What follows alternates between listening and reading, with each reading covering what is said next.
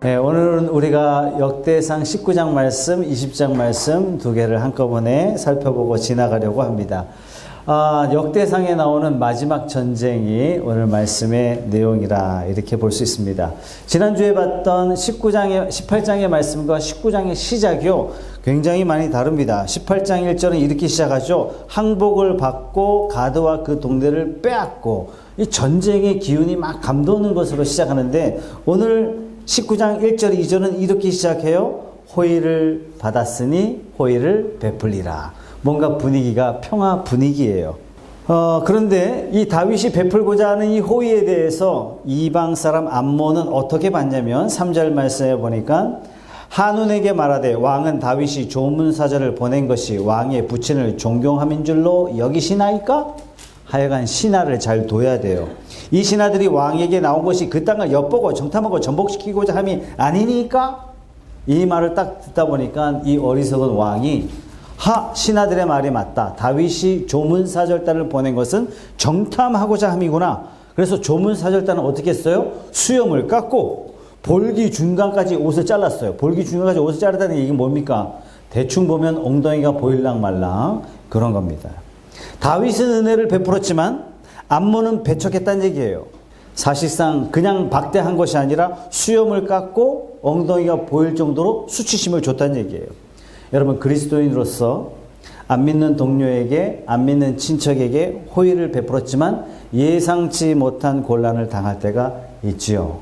아마 다윗의 마음이 딱 이랬던 것 같아요. 다윗이 이 사실을 알았어요. 그래서 수모를 당하고 돌아오는 신하들이 수염이 다 자라기까지 여리고성에 머물다가 성으로 들어오라 이렇게 명령합니다. 여러분, 중동 사람들의 겉모습을 잘 생각해 보세요. 수염 길러요, 그죠? 제 신학교 선배님도 파키스탄으로 선교 가기 위해서 수염을 계속 기르고 있는 거예요. 그래야 남자라고 생각한대요. 어른이라고 생각한대요. 그런데 중동 사람들 모습 또 생각해 보세요. 옷이 길잖아요, 그죠? 발목도 잘 안 보입니다. 바로 그 문화 가운데 있는 사람들에게 수염을 자르고 옷을 잘랐다. 이 치욕이라.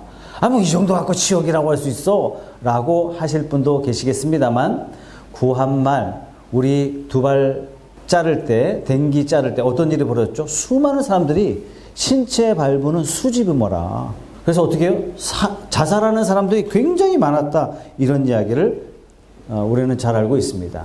오늘 다윗의 사절단을 모욕한 것은 실상 다윗을 모독한 것이요, 구속사적인 안목으로 봤을 때 그리스도를 배척한 것이다.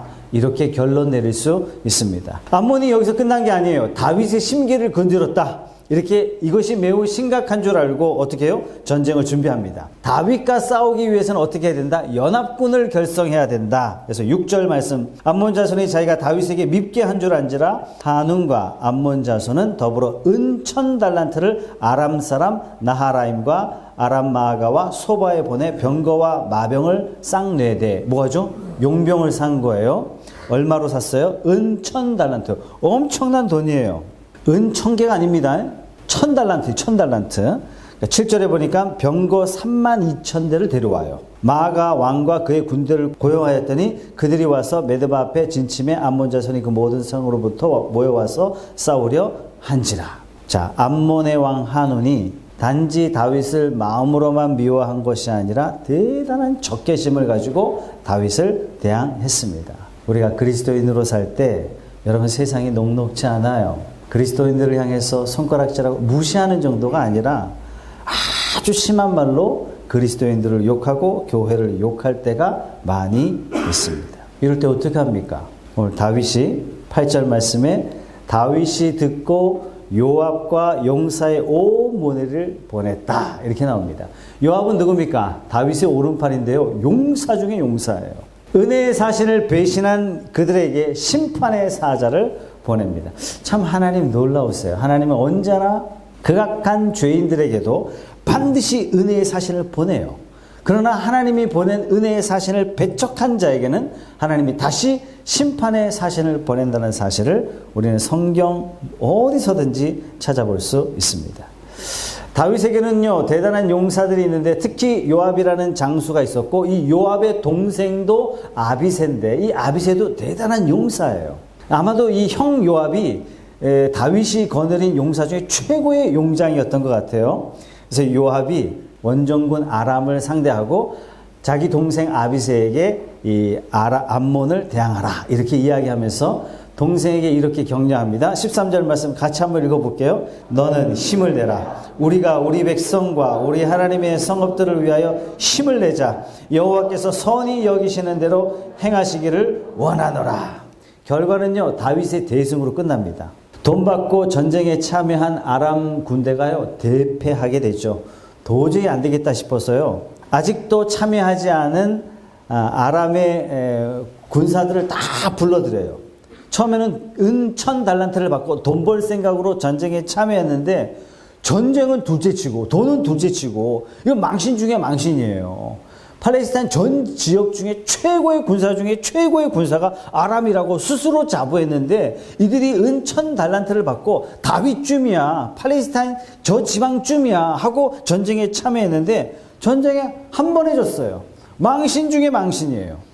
용사로서 큰 자존심에 상처를 입었어요. 자신들은 천하무적이라고 생각했는데 택도 안 되게 패배하고 말았습니다. 얼마나 자존심이 상했냐면 아직 참여하지 않는 본국에 있는 자기 군사들을 다 모아서 다시 전쟁하자. 이제 돈이 중요한 게 아니다. 이렇게 덤벼듭니다. 이건 뭐죠? 죽기 살기로 덤벼드는 거예요. 더 무서운 전쟁이 앞에 펼쳐진다는 얘기입니다. 16절 말씀 같이 읽어볼게요. 시작. 아람 사람이 자기가 이스라엘 앞에서 패하였음을 보고 사신을 보내 강 건너편에 있는 아람 사람을 불러내니 하다데셀의 군대 사령관 소박이 그들을 거느린지라. 결과 또 어떻게 됐을까요? 17절 18절. 어떤 사람이 다윗에게 전하매 다윗이 온 이스라엘을 모르고 요단을 건너 아람 사람에게 이르러 그들을 향하여 진을 치니라. 다윗이 아람 사람을 향하여 진을 치매 그들이 다윗과 맞서 싸우더니 결과가 이렇게 됐어요. 18절. 아람 사람이 이스라엘 앞에서 도망한지라. 다윗이 아람 병거 7000대 군사와 보병 4만 명을 죽이고 군대 지휘관 소박이 죽었어요. 매우 간략하게 병거 7000대 군사 4만 명 죽고 군대 지휘관 소박이 죽었다 이렇게 나오는데, 자, 고대 전쟁에 아주 특이한 현상이 뭐냐면 군대 사령관이 죽으면 전쟁이 져요. 그냥 끝나는 겁니다. 근데 군대 사령관 소박이 죽었을 뿐만 아니라 군사 보병 4만이 죽었대요. 고대 전쟁사를 읽어보면 고대 도시의 인구가 10,000명에서 20,000명이에요. 이거 대도시예요. 오늘날 100만 도시, 1000만 도시 그거와 똑같은 거란 말이죠. 그런데 군사가 4만이 죽었다는 얘기는 고대 도시국가 여러 개가 쑥대밭이 됐다는 얘기예요. 카르타고와 로마의 전쟁에서 군대 7만이 죽어나갑니다. 이것 때문에 뭐라고 얘기했냐면 고대 역사상 있을 수 없는 전무후무한 참혹한 전쟁이었다. 4만 명이 죽었어요. 엄청난 인원이 죽은 겁니다. 고대 도시 여러 개가 한순간에 다 날아간 겁니다. 전쟁이 얼마나 컸는지, 전쟁이 얼마나 참혹했는지, 암몬의 입장에서는 얼마나 전쟁이 치욕스러웠는지 단 한순간에 알 수 있어요. 다윗의 입장에서 보면 이 전쟁이 얼마나 대단한 전쟁이었고 얼마나 큰 대승이었는지 한눈에 알 수 있는 것이 오늘 18절 말씀이라 할 수 있습니다. 은혜의 사신을 모욕하고 그 은혜를 배척한 것이 얼마나 큰 화를 자초했는지 보여주는 하나님의 사건이라 할 수 있어요. 은혜와 심판, 구원과 멸망, 이거는 동전의 앞뒷면과 같습니다. 하나님은 그냥 심판의 사자를 보내지 않습니다. 반드시 은혜의 사신을 보내신 다음에 심판을 보내시죠. 마태복음에도 이러한 내용이 예수님의 음성을 통해서 이렇게 말씀하세요. 마태복음 22장 1절에서 7절까지 같이 한번 읽어볼게요. 시작. 예수께서 다시 비유로 대답하여 이르시되 천국은 마치 자기 아들을 위하여 혼인잔치를 베푼 어떤 임금과 같으니 그 종들을 보내어 그 청한 사람들을 혼인잔치에 오라 하였더니 오기를 싫어하거늘 다시 다른 종들을 보내며 이르되 청한 사람들을 이르기를 내가 오찬을 준비하되 나의 소와 살찐 짐승을 잡고 모든 것을 갖추었으니 혼인잔치에 오소서 하라 하였더니 그들이 돌아보지도 않고 한 사람은 자기 밭으로 한 사람은 자기 사업하러 가고 그 남은 자들은 종들을 잡아 모욕하고 죽이니 임금이 노하여 군대를 보내어 그 살인한 자들을 진멸하고 그 동네를 불살랐다라고 주님이 예화를 들어서 말씀하세요. 하나님은 언제나 우리를 부르실 때, 사람을 부르실 때 언제나 은혜를 베푸세요. 그러나 그 은혜에 합당하게 반응하지 않고 그 은혜에 대해서 모욕하는 자들에게는 하나님이 심판하신다는 얘기예요. 하나님이 이스라엘을 부르셨어요. 하나님이 다윗을 세우셨어요. 이스라엘과 다윗을 세운 궁극적인 목적은 이겁니다. 세상에 축복하기 위해서, 세상을 축복하기 위해서. 하나님이 여러분들을 성도로 부르셨어요. 하나님이 여러분들을 성도로 부르신 궁극적인 목적은 세상을 복주시기 위해서, 세상을 축복하기 위함인 줄 믿으시기 바랍니다. 우리 갈라디아서 3장 8절 말씀도 같이 한번 읽어볼게요. 또 하나님이 이방을 믿음으로 말미암아 의로 정하실 것을 성경이 미리 알고 먼저 아브라함에게 복음을 전하되 모든 이방인이 너로 말미암아 복을 받으리라 하였느니라. 하나님이 저와 여러분들 부르신 목적은 여러분 회사를 축복하고 여러분 가정을 축복하고 여러분과 함께한 사람들을 복주시기 위함인 줄 믿습니다. 하나님이 여러분들을 그들에게 보내세요. 월요일날 여러분들에게 보내세요. 왜요? 세상을 축복하기 위해서 하나님의 은혜를 전하는 통로로서 하나님이 저와 여러분들을 세우신 줄로 믿으시기 바랍니다. 그러니까 우리는 다윗과 같은 존재예요. 하나님이 여러분들과 함께 하신다는 사실을 믿어 의심치 마시기 바랍니다. 오늘 19절 말씀, 19장의 맨 마무리는 이렇게 마무리가 돼요. 시작. 하다데셀의 부하들이 자기가 이스라엘 앞에서 패하였음을 보고 다윗과 더불어 화친하여 섬기고 그 후로는 아람 사람이 암몬 자손 돕기를 원하지 아니하였더라. 여러분, 아람의 군대 대장, 아람의 왕이 암몬을 도우러 왔어요. 은 1,000달란트를 받고 왔단 말이죠. 그런데 한 번 전쟁에서 졌어요. 아니, 망신인데, 그리고 자기 모든 군사들 다 데리고 와서 전쟁했는데 택도 안 되게 그냥 쳤어요. 다윗에게 쓴맛을 봤어요. 그가 고민하기 시작했어요. 또 싸워야 되나? 다윗과 싸워서는 안 된다. 이런 게 있잖아요. 용장이 있고 덕장이 있고 복장이 있다. 이제 복장. 하늘이 복 내린 장소. 누가 가서 싸워도 절대 이길 수가 없다. 이 아람의 군대 대장은요, 딱 그 생각을 한 거예요. 그래서 어떻게 해요? 그가 끝까지 고집하지 않고. 여러분, 나 소신이 있는 사람이야. 나 한번 끝까지만 하나님 나라 이런 사람은 조금 곤란해요. 줏대 없는 사람이 하나님이 잘 쓰세요. 왜? 하나님 이리 가라. 네. 이리 가라. 예. 이렇게 할 줄 알아야 되는데 나는 한 번 하면 끝까지 갑니다. 이런 장로님 계시면 굉장히 힘들죠. 이 사람이요, 2번이나 졌어요. 박살났어요. 자존심 다 무너진 거나 마찬가지예요. 근데 이 사람이 생각했어요. 다윗과 함께하는 자가 복이 있는 사람이다. 이건 다른 말로 하나님과 함께하는 자가 복이 있는 자다. 여러분, 우리의 인생에 죽고 사는 모든 문제가 바로 여기 달려 있어요. 우리 인생의 축복과 저주가 바로 여기 달려 있어요. 누구 편에 서느냐 이거예요. 저와 여러분들은 그리스도 편에 선 자인 줄 믿습니다. 여리고가 무너질 때 기생 라합은 여리고와 함께 죽어갈 여자예요. 근데 이 여자가 이스라엘과 화친하자 생명을 얻고 기업의 땅에서 기업을 받았어요. 놀라운 일이 벌어졌어요. 암몬 모압 여자 룻은 하나님의 백성 되기를 선언하자 하나님의 축복을 받았을 뿐만 아니라 다윗의 선조가 되는 놀라운 복을 누립니다. 여러분, 가나안 땅에 있었던 모든 7족속들이 진멸당할 위기 가운데 있었지만 히위 족속은 여호수아와 화친을 청하자 그는 생명을 얻고 기업의 땅에서 기업을 받게 됩니다. 성경은 이렇게 말씀하세요. 왜 멸망당하냐? 로마서 2장 5절의 말씀입니다. 다만 네 고집과 회개하지 아니한 마음을 따라 진노의 날 곧 하나님의 의로운 심판이 나타나는 그날에 이 말 진노를 네가 쌓는도다. 암몬이 그랬어요. 암몬이 이랬어요. 고집을 꺾지 않고 끝까지 다윗을 대항합니다. 20장 1절 말씀 같이 한번 읽어보죠. 시작. 해가 바뀌어 왕들이 출전할 때가 되매 요압이 그 군대를 거느리고 나가서 암몬 자손의 땅을 격파하고 들어가 라빠를 에워싸고 다윗은 예루살렘에 그대로 있더니 요압이 라빠를 쳐서 함락시켰다. 여러분, 용병으로 왔던 아람의 하다데셀은 다윗과 화친을 칭했어요. 반면에 다윗을 조롱했던 암몬은 도망갔어요. 라빠 성에 숨습니다. 1절 말씀 이렇게 시작하죠. 해가 바뀌어 왕이 출전할 때가 되매. 무슨 뜻입니까? 겨울이 끝났다는 뜻입니다. 고대 전쟁에는 겨울에 전쟁하지 않았어요. 왜요? 전쟁하다가 병사가 죽는 것은 그 지휘관의 책임이 아니에요. 뭐 전법의 책임일 수도 있고 좀 뭐 부족할 수도 있고 책임을 물을 수가 없죠. 로마의 뛰어난 점이 뭐죠? 패장을 나무라지 않아요. 패장에게 다시 기회를 줍니다. 그래서 장수들은요 언제든지 결과에 관계없이 최선을 다해서 싸워요. 이것이 바로 로마 군대가 강해진 이유 중에 하나죠. 반면에 카르타고는 어떻게 하죠? 패장으로 돌아오면 그냥 사용시켜버려요. 누가 나와서 제대로 싸우겠냐 말이에요. 그런데 어떤 나라도 겨울에는 안 싸워요. 왜요? 추위에 죽어가면은 그 지휘관은 반드시 문책당한다는 얘기예요. 나가야 할 때가 아님에도 불구하고 나갔기 때문에. 그래서 고대 전쟁은 절대로 겨울에 전쟁하지 않습니다. 성경에 해가 바뀌어 왕들이 출전할 때가 됐다, 이 말은 겨울이 끝났다, 이런 내용인 것입니다. 다윗이 출전하게 됩니다. 라빠성을 함락시키고 결국 암몬을 멸망시킵니다. 4절 6절 같이 한번 읽어볼게요. 시작.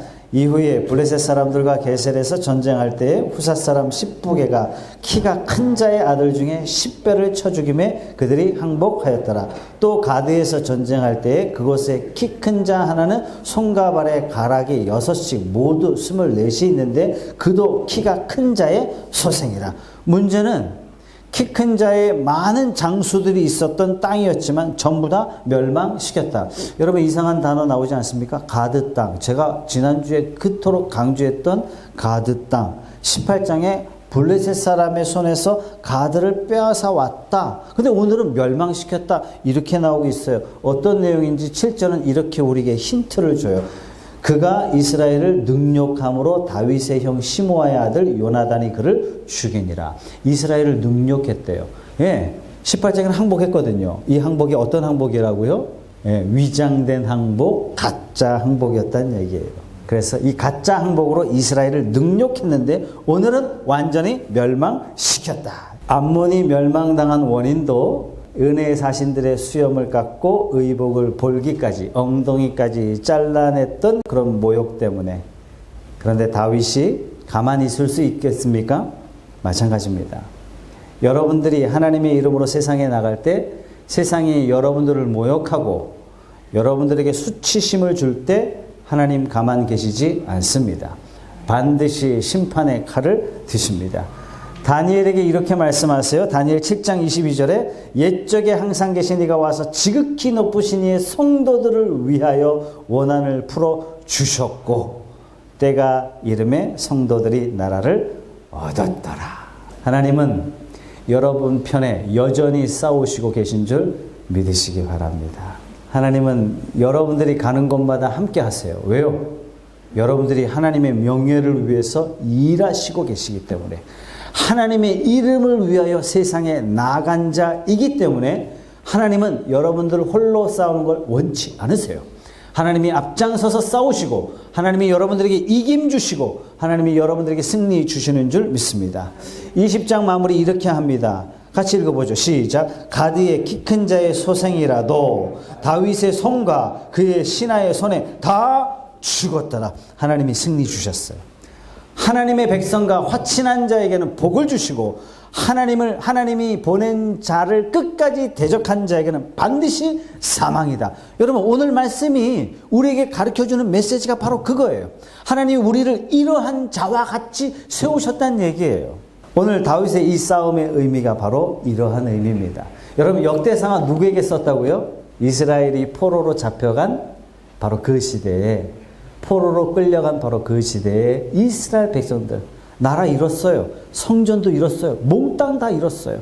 이제 이들이 이스라엘 본국으로 돌아오는 와중에 이 역대상하의 말씀을 듣습니다. 이스라엘의 역사를 듣고 있는 거예요. 쫄딱 망한 이들에게 하나님이 말씀하시는 거예요. 너희들은 망한 백성이 아니다. 너희들은 아무것도 없는 백성이 아니다. 너희들은 하나님이 버린 백성이 아니다. 하나님이 너를 어떻게 세웠냐면 너와 화친한 자에게 내가 복을 주시고 너를 대적하는 자가 내가 하나님께서 멸망을 주리라. 내가 너를 이렇게 세웠느니라. 세상의 축복의 기준, 세상의 사망의 기준, 하나님의 잣대로, 하나님의 기준점으로 내가 너희를 세웠다. 이렇게 말씀하시는 거예요. 이것을 예수님이 이렇게 말씀하셨어요. 마태복음 16장 19절의 말씀 같이 한번 읽어보죠. 내게 주노니 내가 땅에서 무엇이든지 매면 하늘에서도 매일 것이요 내가 땅에서 무엇이든지 풀면 하늘에서도 풀리리라. 여러분, 세상의 지위가 여러분들이 낮아도, 여러분들이 세상에 재물이 없어도 여러분의 자존감을 낮추셔서는 절대로 안 됩니다. 하나님은 여러분을 세상을 축복하고 세상을 저주하는 기준으로 세우셨다는 사실을 확고하게 믿으시기 바랍니다. 여러분, 세상에서 더 당당하셔야 돼요. 세상 앞에 더 굳세셔야 됩니다. 세상 앞에서 당당하게 서셔야 할 이유가 바로 여기 있어요. 여러분들이 묶어버리면요, 하나님이 이렇게 말씀하세요. 그래, 하늘에서도 내가 묶어줄게. 여러분들이 땅에서 풀면요, 그래, 하늘에서도 하나님께서 풀어주신다는 사실이에요. 여러분, 다윗의 첫 번째 싸움을 기억하십니까? 골리앗과 싸움이에요. 이 전쟁의 특징은 전면전이 아닙니다. 1대1 싸움이에요. 1대1 싸움으로 모든 전쟁의 결판이 그냥 끝나버리는 겁니다. 골리앗이 먼저 하나님을 모욕합니다. 그리고 뭐라고 얘기하냐면, 야, 너희들 중에 나 상대할 인간이 있으면 나와봐. 이렇게 이야기합니다. 이때 이스라엘이 어땠는지 아십니까? 같이 한번 읽어보죠. 시작. 사울과 온 이스라엘이 블레셋 사람의 이 말을 듣고 놀라 크게 두려워하니라. 하나님을 모욕하는 그들이 너무 무서워서 골리앗 앞에 나갈 수 있는 사람이 단 한 사람도 없었어요. 바로 이때 17살 다윗이 이러한 상황에 이스라엘을 대표하여 하나님 앞에 나갑니다. 골리앗 앞에 나갑니다. 그럼 뭐라고 고백하면서 나갑니까? 전쟁은 여호와께 속한 것인즉 그가 너희를 우리 손에 붙이시리라. 여러분, 이건 일반적인 전쟁이 아니에요. 다윗은 사람과 사람의 전쟁이 아니라 하나님의 전쟁이라고 확고하게 믿었습니다. 사랑하는 여러분, 월요일부터 싸워야 할 비즈니스의 전쟁이 하나님의 전쟁인 줄로 믿고 나가십시오. 여러분 손에 몰매와 돌이 나는 볼품없는 것밖에 없을지라도 하나님은 여러분들에게 승리를 주실 줄 믿습니다. 다윗이 이런 고백으로 나가요. 45절 다 같이 한번 읽어보죠. 시작. 다윗이 블레셋 사람에게 이르되 너는 칼과 창과 단창으로 내게 나오거니와 나는 만군의 여호와의 이름 곧 내가 모욕하는 이스라엘 군대 하나님의 이름으로 내게 나아가노라. 이때 골리앗을 물리쳤을 때 성령께서 우리에게 이 사건을 기억할 후대의 많은 성도들에게 절대 잊지 말라고 단서를 하나 딱 붙여놓으셨어요. 50절 말씀입니다. 다윗이 이같이 물매와 돌로 블레셋 사람을 이기고 그를 쳐 죽였으나 자기 손에는 칼이 없었더라. 아니 목사님, 요즘 국가가 이래서 사업이 좀 자본이 좀 빈약해가지고 사업이 좀 상황이 좀 안 돼서. 그게 아니라는 얘기예요. 그게 네 손에 다 없어도 내가 함께하면 너는 승리할 수 있다. 여호와께서 싸워주셨구나. 하나님이 다윗과 함께 하셨구나. 여호와의 이름이 승리가 되셨구나. 이걸 가르쳐주는 것이 골리앗과 전쟁이에요. 야, 다윗은 억세게 운 좋은 놈이구나. 다윗은 쬐끄맣지만 지혜롭고 용맹한 인간이었구나. 그거 보시면 우리 망하는 겁니다. 그건 구속사 성경 아니에요. 하나님이 함께 하신 줄 믿습니다. 여러분, 내용 결과를 보세요. 그 기세에 등등했던 골리앗이 무너지자 그 시퍼런 블레셋 군대들이요, 사기가 떨어져서 도망가기 시작해요. 그동안 두려워 떨던 이스라엘 군대가 와 하고 일어나더니 블레셋을 추격해서 전세를 완전히 뒤집어 버렸어요. 이스라엘이 어떻게 이겼죠? 다윗 한 사람이 이겨놓은 싸움을 이스라엘이 결국 이겼습니다. 여러분, 이게 뭘 가르쳐 줍니까? 우리 주 예수 그리스도께서 이렇게 등장하셨어요. 모든 사람들은 다 죽기를 두려워해요. 일평생 죽음에 매여서 벌벌 떨며 삽니다. 오늘날 많은 사람들 뭐라고 얘기합니까? 아유, 100세 시대, 100세 시대, 100세 시대. 이렇게 이야기하는 것은 사실상 사람들 마음속에 깊은 죽음에 대한 두려움이 있어요. 얼마나 이 죽음이 두렵냐면, 아유, 지옥도 없고 천국도 없어. 일단 천국을 부정해. 천국 없어. 뭘 부정하고 싶은 거예요? 지옥도 없다 이거예요. 아니, 그렇게 주장해서 없어지면 저도 한번 주장해보고 싶어요. 주장한다고 없어질 게 아니란 사실이죠. 어느 누구도 사망의 세력을 잡은 자, 공중 권세 잡은 자, 마귀를 이길 자 아무도 없습니다. 전부 다 사망이 두려운 거예요. 절절매며 삽니다. 이것이 딱한 인간의 모습이에요. 하나님이신 예수님께서 육신을 입으셨어요. 왜요? 육신이 되셔야 사망을 잡으실 수 있기 때문입니다. 일평생 죽기를 두려워하는 그 인간들을 위해서 사망으로부터 풀어주셨습니다. 저와 여러분들이 이제는 사망을 두려워하지 않고 사망은 하나님께로 가는 새로운 문, 관문이 된 줄로 믿습니다. 요한계시록 1장 18절 말씀 같이 한번 읽어보죠. 시작. 곧 살아있는 자라 내가 전에 죽었었노라 볼지어다 이제 세세토록 살아있어 사망과 음부의 열쇠를 가졌니. 와, 이 사망과 음부의 열쇠를 가진 그분이 우리에게 천국의 열쇠를 주신 줄로 믿습니다. 마치 다윗과 골리앗처럼 주님이 사망과 싸워 이기셨어요. 마치 이스라엘 백성들처럼 우리도 와 하고 죽음을 향해서 달려나가면 되는 거예요. 여러분, 이 다윗이요, 이러한 예수님을 구약에 예표하는 인물로 보여주셨다는 얘기입니다. 그래서 다윗이 이렇게 노래해요. 시편 2편 10절에서 12절 말씀. 그런즉 군왕들아 너희는 지혜를 얻으며 세상의 재판관들아 너희는 교훈을 받을지어다. 여호와를 경외함으로 섬기고 떨며 즐거워할지어다. 그의 아들에게 입맞추라. 그렇지 아니하면 진노하심으로 너희가 길에서 망하리니 그의 진노가 급하심이라. 여호와께 피하는 모든 사람 다 복이 있도다. 하나님이 저와 여러분들을 자녀로 부르셨습니다. 자녀로 부르셨다는 얘기는 그리스도께서 이기신 이 세상의 모든 승리를 특권으로 누릴 하나님의 선물이 주어진 줄로 믿습니다. 우리는요, 스스로 회개할 수 없는 사람이에요.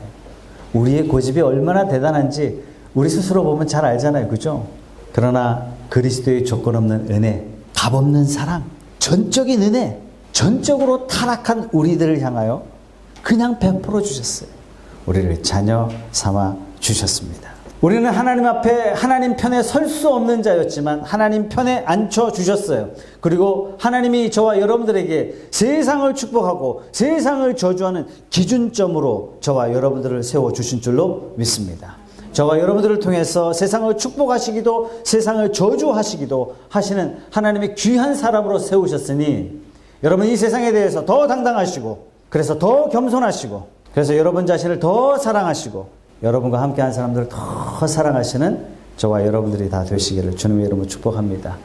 이제 우리가 하는 사업은요, 이제 우리가 세상에서 일하는 모든 것들은 다른 것이 아니라 하나님의 영광을 위해서 우리가 부름받았다. 내가 하나님의 이름의 명예를 위해서 일을 한다라는 그 사실을 잊지 마십시오. 우리가 하나님의 명예와 하나님의 이름을 위하여 살아갈 때 하나님이 함께 해주시고 하나님이 책임져 주시고 하나님이 승리 주시고 하나님이 이김 주시고 하나님이 상상치 못할 결과를 우리에게 주실 줄로 믿습니다. 다윗이 이겨놓은 싸움을 이스라엘 백성들이 나갔어요. 마찬가지예요. 그리스도께서 이겨놓으신 싸움을 이제 우리가 하게 되는 것입니다. 제자된 저와 여러분들이 이제 싸워야 할 싸움은 하나님께서 사망을 이미 이겨놓으셨어요. 부활의 생명으로 우리와 함께 하시는 줄로 믿습니다. 성도는요, 죽음을 두려워하며 살아서는 절대로 안 됩니다. 죽음이 두려워서 우리의 남은 인생을 사는 존재가 아니란 얘기예요. 저희 은사님은요, 젊은 시절에 간경화 걸렸어요. 서울에 저명한 전문 의사가 이런 판단을 내립니다. 목사님 정리하십시오. 이제 6개월 남으셨습니다. 지금도 살아계세요. 30년이 넘었어요. 이분이 간경화 완치 판정을 받고 하나님 앞에 이런 고백을 합니다. 하나님의 사람은 병들어 죽지 않고 사고 나서 죽지 않는다. 아파서 죽지 않는다. 언제 죽어요? 사명이 완수될 때. 하나님이 나를 이 땅에 보내신 하나님의 뜻을 완성할 때 하나님이 우리를 천국으로 인도하시는구나. 이거 깨달으신 거예요. 그래서 본인이 그전에는 죽을까 봐 두려워 살던 이분이요, 죽음이 두렵지 않은 거예요. 그렇다면 내가 이 하나님이 내게 주신 이 사명 어떻게 완수할까? 그때부터 하나님의 사명에 붙들려 살게 되었다는 사실입니다. 사랑하는 여러분, 하나님은 여러분들을 뜻한 바 이 땅에 보내신 줄로 믿으세요. 하나님이 나를 이 땅에 왜 보내셨을까? 하나님이 내게 주신 사명이 무엇일까? 이 사명을 발견하시고 이 사명을 향해서 목숨을 바쳐 사신다면 하나님께서 여러분의 생명을 지켜주실 뿐만 아니라 여러분들을 이 세상의 축복의 통로로 또한 사용하실 줄 믿습니다. 하나님이 저와 여러분들을 이렇게 부르셨다는 사실, 우리가 누릴 특권이라는 사실 기억하시고 이번 한 주간 세상 앞에 더 당당하시고 더 복되시고 더 기쁨으로 나아가는 특별한 한 주간이 되시기를 주님의 이름으로 축복합니다.